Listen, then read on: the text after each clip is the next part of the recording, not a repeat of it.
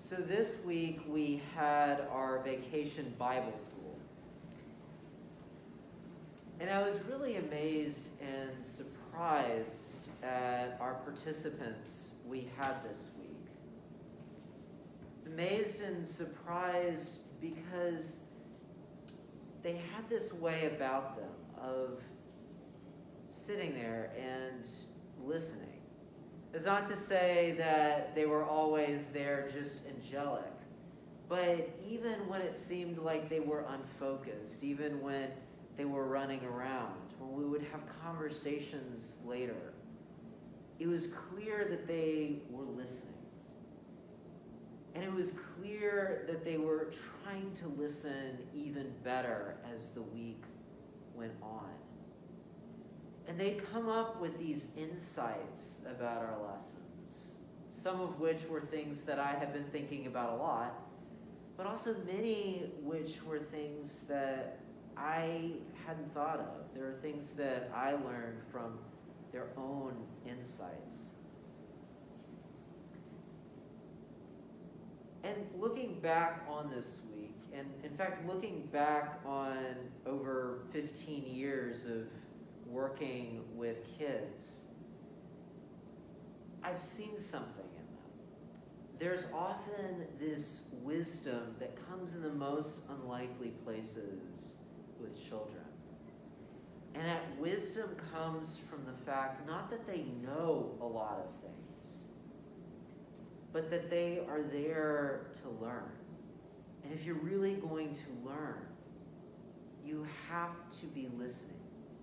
You have to be open to hearing those things that are coming your way. That's what our kids were doing this week.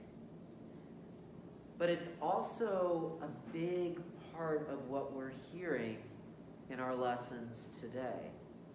Because particularly in our readings from Proverbs and from Ephesians, we get this idea about wisdom and seeking after wisdom, trying to obtain this wisdom and to move away from our immaturity and foolishness to possess this wisdom instead. And how we get that wisdom is key. And it's summed up in our psalm this morning in words that very much fit in with our time with the kids this week in Vacation Bible School. And the psalm says this: "Come, children, and listen to me. I will teach you the fear of the Lord."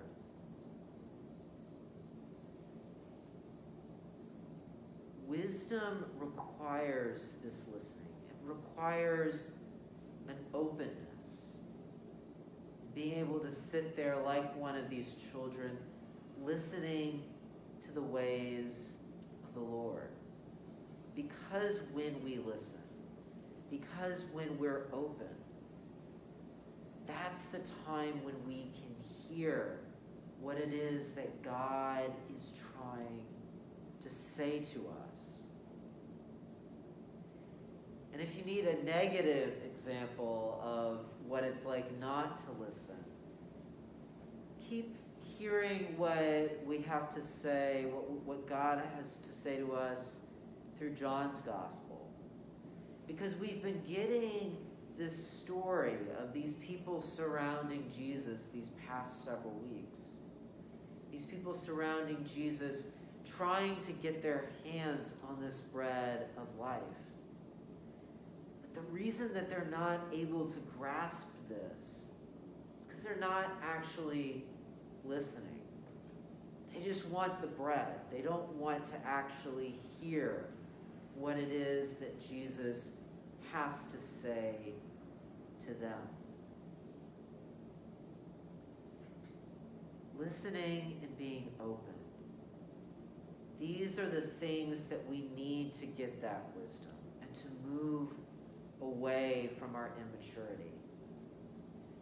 Now, for our kids this week in Vacation Bible School, our theme was centered around the superhero group, the Avengers.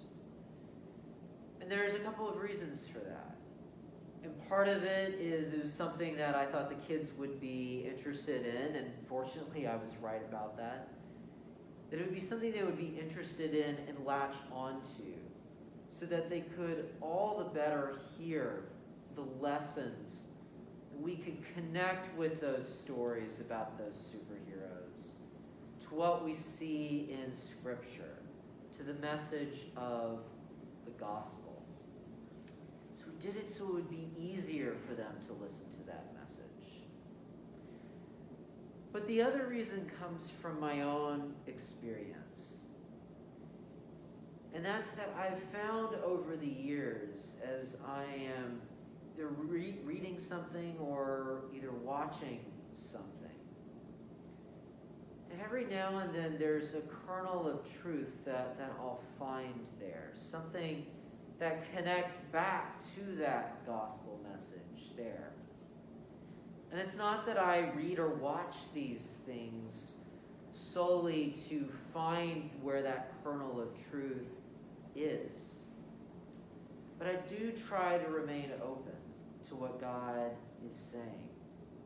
And in doing that, I've found that it's all the more easier to hear those little kernels of truth, to find them wherever they may be.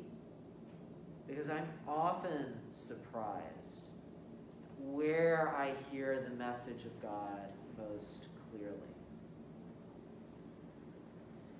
This was also something that I talked with our participants about, so that they could go forward and do this too. So talking with them about remaining open, about continuing to listen beyond this week, to try to hear what it is that God has to say, even in what seems like the most unlikely places. And throughout the week, I saw our children continue to do that. I saw them get better and better at hearing what it is that God has to say to them in whatever it is that they're listening to or watching or reading. It doesn't matter what. To just be open to what God has to say. And that's what I hope all of you will take away from here today as well. Is that openness to listening, to hearing what God has to say.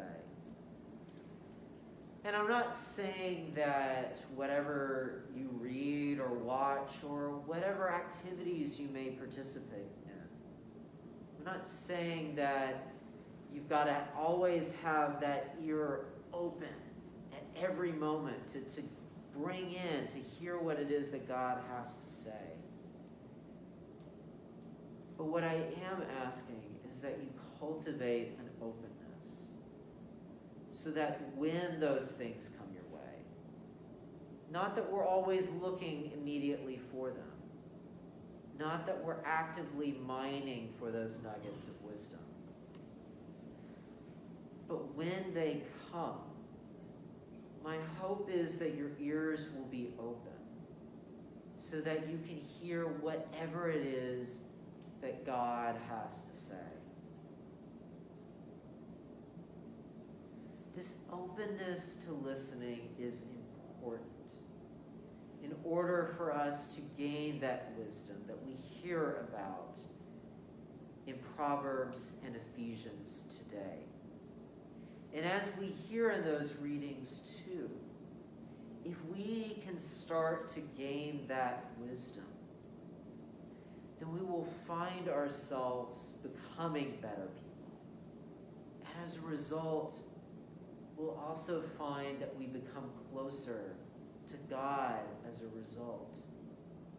And our hope in all of that is that we can then move forward and not only make our community here a wiser and more God-centered place, that we can go out and make this a much better and loving world as well.